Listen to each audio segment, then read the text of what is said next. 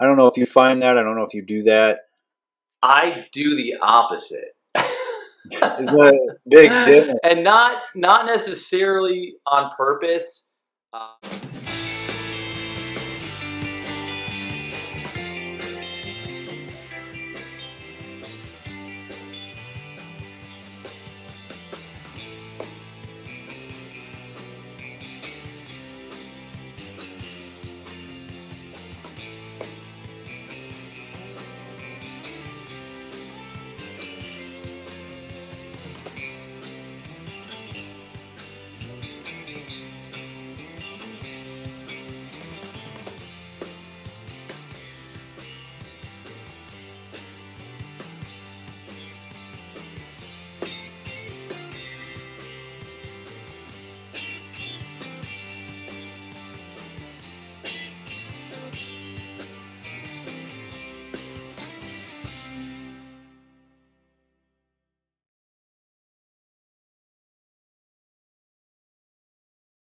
Running with Maverick and Wolfman. Maverick here. Wolfman here.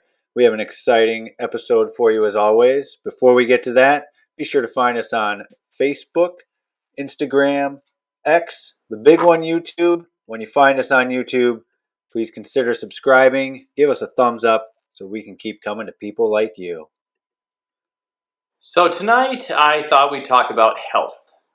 Health. Isn't that what we always talk about? It's a big Yes, but more specifically, we talk a lot about running and a lot about different things that have to do with running. And I think that, today would be a good day to talk about, the focus of health and some things that you can do to help yourself get better, not just for running, but also to have a healthier lifestyle. I like it. Now, I want to bring up in the past what your resting heart rate was that gets the doctors worried right off the bat. In the 30s. Okay, so normal heart rate is usually, for most people, is around 70 to maybe 100 in that ballpark. Okay, so you're usually trying to reach lower, like in the 70s ballpark. If you're getting to 60, sometimes the doctor will get a little worried, thinking there's something going on with you. Obviously, in the 30s makes people really worried, like your heart's not functioning. But it can be okay if you are an elite athlete, which obviously Wolfman is. Yeah, if you are a trained endurance athlete, it is not uncommon for it to drop into the 50s, 40s, and sometimes 30s. But Right. if you're not training for those things, it is a major concern. Right. So if somebody is just starting out in their exercise fitness lifestyle and they have no idea what a good heart rate is, what their heart rate is, what would you recommend that they maybe start with to get the ball rolling? As far as where it should be exercising or when they're Or resting. like just what would be an initial thing to start with if they're just one day they just wake up, they go, I'm gonna start exercising. I don't know what my heart rate is. I don't know what's healthy, what's not healthy. Yeah. I haven't been to the doctor in 10, 15 years. So I think first I would start with, like you said, the normal range. 70 to 100. I've even seen it 60 to 110. I would, if you haven't seen the doctor in that long, I would probably see them before starting some major exercise routine, um, just to make sure that you are in somewhat decent health. Right. And then usually, if you're going to check your resting heart rate, you want it to be in that range, but you want to get a baseline because that's how you're going to kind of one way you can monitor your fitness. So they say first thing in the morning, preferably if you wake up without an alarm, just sit for a few seconds. You can feel your pulse up here on your neck. I like feeling it in my wrist, and just count it. You could count it for the full 60 seconds. Which is easiest if you have an alarm clock because a lot of those don't have second hands. Just wait for the minute to change and start counting. Or you could do 15 seconds and times it by 4 if you wanted to close but not as accurate count. And then Right. every few weeks, I would check that and see what it's changing to. If you're getting into better physical fitness, it should be going down. Now, what about if somebody's trying to lose weight, get in shape that way? That's their primary goal. Not necessarily to race, not necessarily to work out 5 days a week. They just want to lose some weight, and they don't care about their heart rate. Hmm? They don't care about any of that kind of stuff. So, like, what kind of advice might you give to someone who says, all I want to do is lose weight, but I'm going to probably try running and swimming and see Yeah, what I can do with those things? yeah. I think we've hit it before, but people like to do a lot of things all at once. Where they say, "I'm going to change my diet, and I'm going to start exercising 7 days a week, and I'm going to do all these things," and it can be overwhelming. And I think you should start things small, especially if you've never done anything before. I think logging things is what helps me the most. They have all kinds of nutrition trackers and fitness trackers on your phone you can get. Um, but I would start with that. Start keeping track of those things. I would start with, you know, changing the diet and starting to exercise maybe 1 to 3 days a week, and then build up your exercise as you get into better diet habits. And you might be surprised just how much weight you shed off. Um, I also would Good recommend point. weighing yourself um, periodically. Some people say daily. Some people say once a month. Um, I think it's whatever works for you. I weigh myself almost every day. But you want to keep an eye on the overall trend. Are you staying the same? Are you losing weight? Or are you gaining weight? And then I maybe log it once a week. Even though I'm taking it every day, I might only log it once a week. Usually in the morning Right, right. And before I you brought up a good point because health has a lot to do with not just what your weight is, right? So people right, tend to get focused on what their weight is, but you can be healthy and be in a healthy weight right, zone, but that yeah, doesn't mean like you could also be unhealthy. So what I'm trying to say is that like if you weigh, if you're 6'2" and you weigh 210 pounds, I mean you could be healthy or unhealthy at that weight. It right, doesn't mean just because you're in that classification means that you're healthy or unhealthy. Because if you eat a bunch of junk food constantly, you might weigh that and be unhealthy. Someone else might lift weights and exercise, do a lot of cardio, and eat healthy and be very healthy at that height and weight. right, So right. you want to be particular about what you're ingesting and make sure that that is good and solid. So seeing a dietitian would be good for that if you're unaware of your diet and what's good for you. Yeah, yeah. I don't know if you have found this, and I find if I front load my calorie intake, I tend to do better throughout the day. Like I have a big breakfast. I think we've talked about it a lot of times on the show, but um, you know, partly doing that, from what I've read, you're you're kind of jump starting the metabolism early in the day. You're also getting a bulk of your calories early on. From you go from fasting to your calorie intake, and then you're a little bit more satisfied as the day goes, and you're not apt at the end of the day to like grab that bag of chips or that extra ice cream bar at the end of the day, because you've already kind of front loaded your day, Uh-huh. started the day fuller, um, so you're not as hungry through the day. I don't know if you find that. I don't know if you do that. I do the opposite. It's a big difference. And not necessarily on purpose.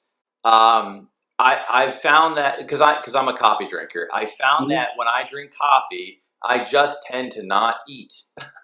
I got you. I could see I that. I could see initially that. just drink coffee and forget to eat, and then all of a sudden I'm like, "Did I eat? I didn't eat." And then I go and eat something, and then Yeah, I kind of ramp up. So then I'll eat something for lunch, I'll eat a snack, and then I'll eat a bigger dinner, and I kind of like ramp up my calories that way.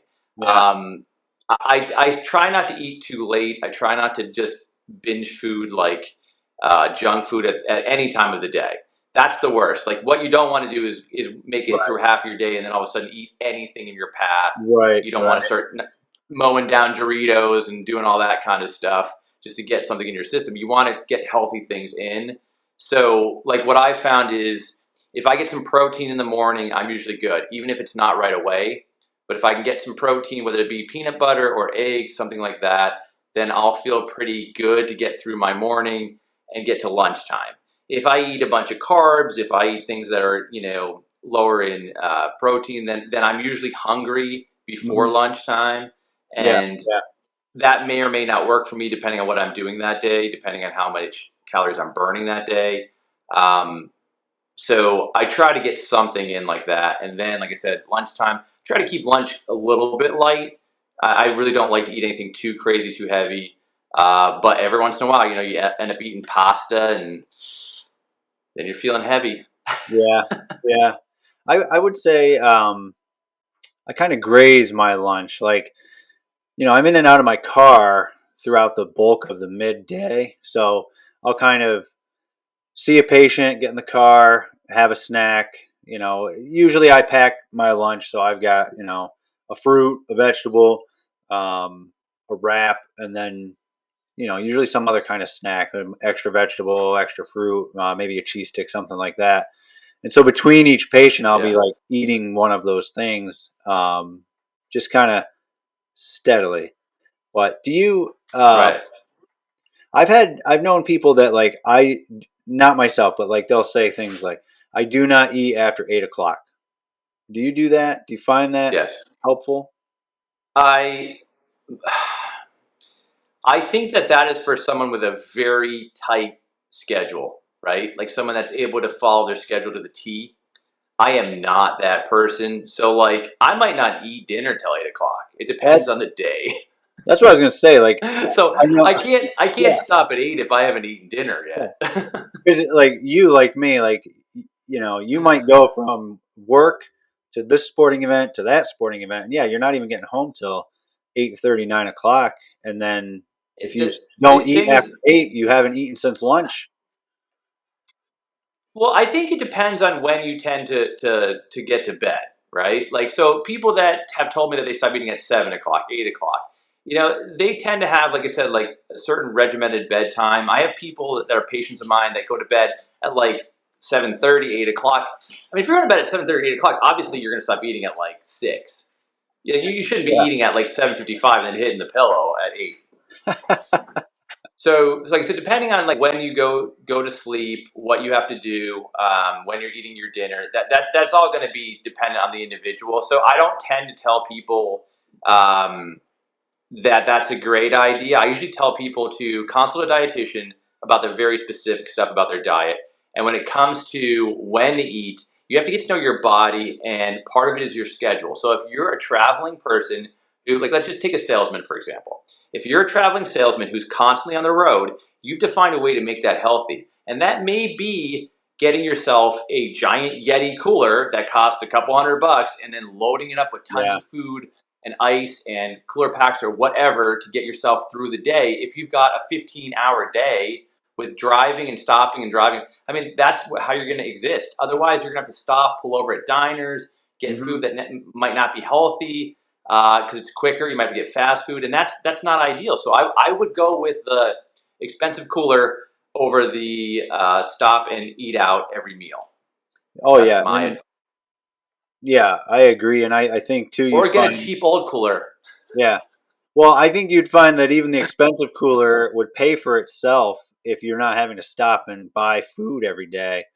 Um, but I listen to a guy and he goes over fitness and diet and stuff like that. And two things he said that I think were great. The one I don't do because I don't like that kind of stuff. But the other one was he said always have a sandwich that you can fall back to. So like if you're in a hurry and you need to just make something quick for your lunch, make yourself a sandwich because it's easy, it's quick, and you're less likely to buy something out if you have like a fallback sandwich. And I think that's great.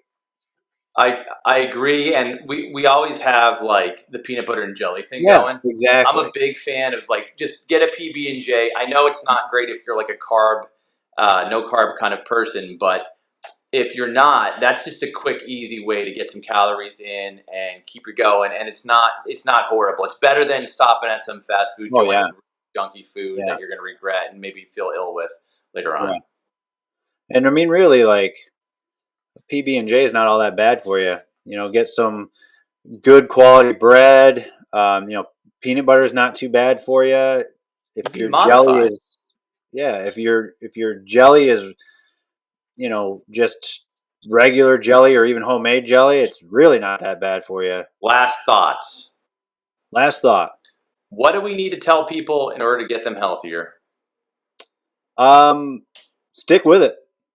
So many people, they, and this is my opinion and observation, but so many people, they start strong, they have a day, they fall off, and then they just give up. You know, Right. it's okay to have a day that doesn't go quite right. It's okay to have a day that you're not as strict with your diet. It's okay to have a day that you didn't get your exercise routine in, or maybe only half of it. Like those things are okay. They're going to happen. Tomorrow's a different day. Just continue with the plan. Don't start over. Don't double up or anything like that. Just stick with the plan and move on to the next day as if that day you missed or messed up never happened. We all fail. We all procrastinate. We all have the same kind of struggles. Just make a commitment to health. Yeah, absolutely. See it through. It's worth it. Exactly. It's worth it. Drink some water. I don't have any water, but yeah, I didn't bring a drink out with me. I meant to bring out some water, and I forgot, so I don't have anything. You need to hydrate, young man. Hydrate. I do. I have been drinking a fair amount of water lately. I've been trying to keep a water bottle in my car, um, keeping it full throughout the day, carrying it with me. Um, that definitely helps keep you fuller too. Yes, yes. So try to be healthy. Get out there. Stay committed. Thanks for listening. If you've enjoyed the show, make sure you hit the like. And also, if you support the show, we appreciate that so much. Thank you very much. Yeah. Have a great run. Have a great workout. We will talk with you next week. Maverick and Wolfman running out.